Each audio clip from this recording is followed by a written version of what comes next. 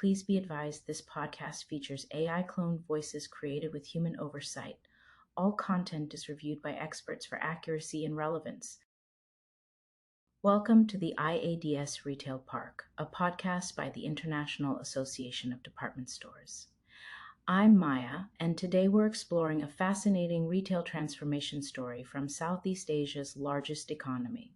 In a world where department stores often struggle to maintain relevance, one retailer is dramatically expanding its footprint in a market of 289 million consumers. Today, I'm joined by Sylvain Mohandas Duminil, Managing Director of IADS, who recently conducted an exclusive market visit to Metro's operations in Jakarta.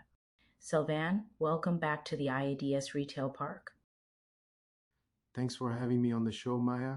Now, what makes Metro's story fascinating is that it challenges many assumptions about department store retail. While we often discuss consolidation and store closures in mature markets, here's a retailer planning to expand from 15 to 24 stores in one of the world's most dynamic retail markets, where retail sales are expected to reach $242 billion by 2024. Let's begin with Metro's remarkable origin story. This isn't just about Indonesian retail, is it? No, not at all.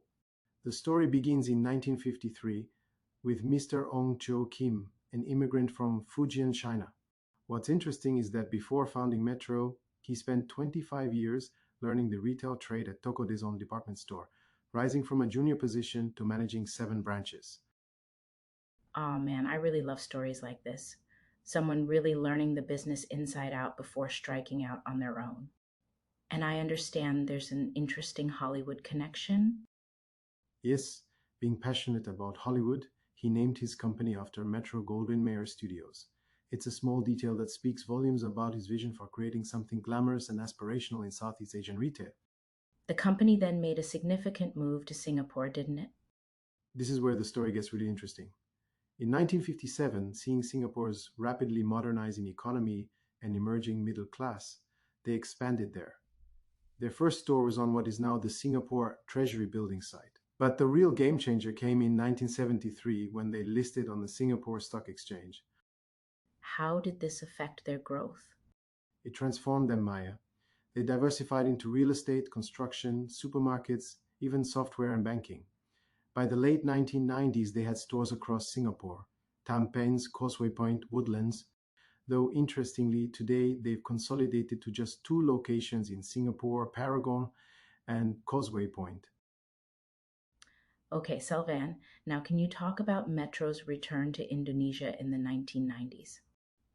What drove that decision? It was the perfect moment for everything to come together, creating a wonderful sense of anticipation. Indonesia was experiencing its own consumer surge under Suharto's New Order government. Urbanization was accelerating, disposable incomes were rising, and crucially, the market wasn't yet saturated with foreign players. How did they approach this re-entry? Very strategically. Their first store opened in 1991 at Jakarta's Pondok Indah Mall, a location that would become symbolic of affluent suburban retail culture. But here's the catch.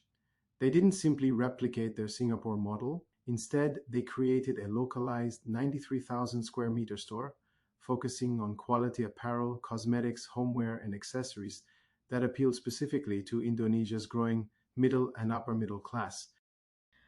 But it wasn't all smooth sailing, was it?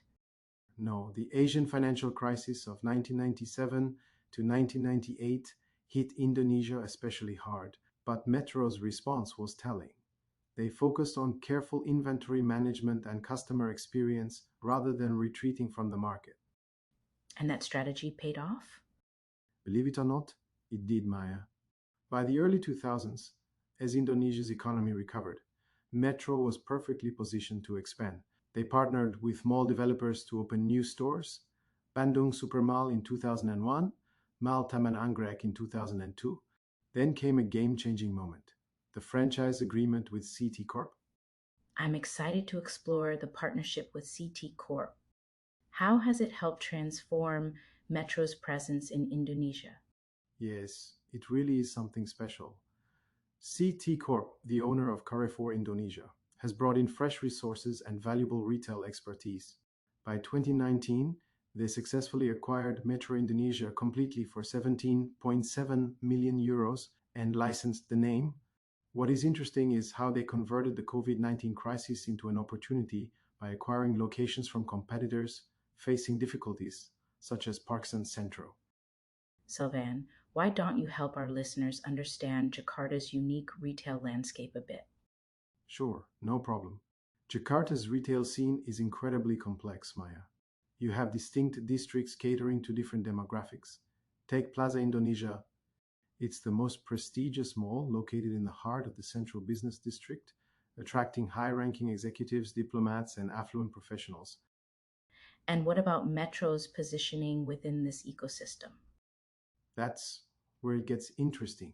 While Metro isn't in Plaza Indonesia, they have strategic locations in places like Plaza Senayan and Pondok Indah Mall. Each location serves a different purpose. Plaza Senayan caters to executive-oriented cosmopolitan crowds, while Pondok Indah Mall focuses more on affluent families. Now, let us go ahead and examine the stores you visited. What distinguishes them from others?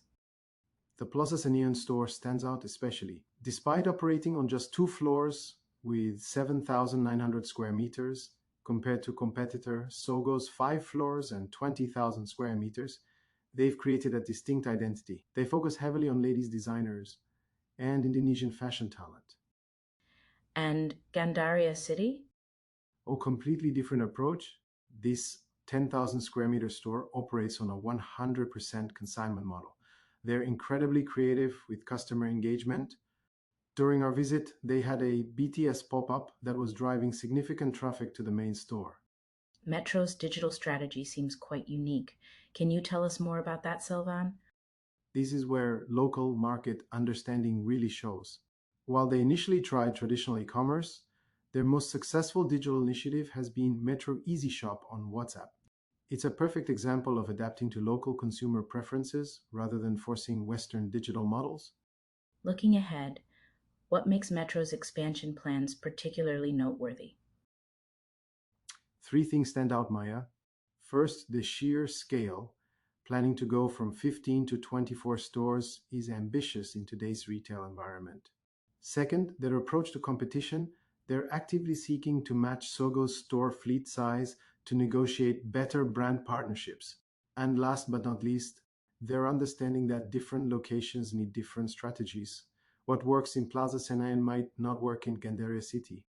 As we conclude today's episode on this captivating journey through Metro's story, what important lessons can retail executives reflect upon and carry forward? I'd highlight three crucial points. First, market context is everything. What works in mature markets might not be relevant in growing economies like Indonesia. Second, the importance of adapting to local consumer behavior, whether that's through WhatsApp commerce or pop-up strategies. Finally, the potential for traditional retail formats to thrive when they are properly adapted to local conditions. Thank you, Sylvan, for these valuable insights.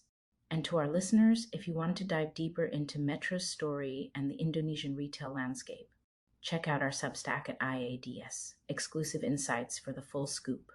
Follow IADS on LinkedIn for more retail insights, and don't forget to subscribe to the IADS Retail Park for more stories of retail innovation.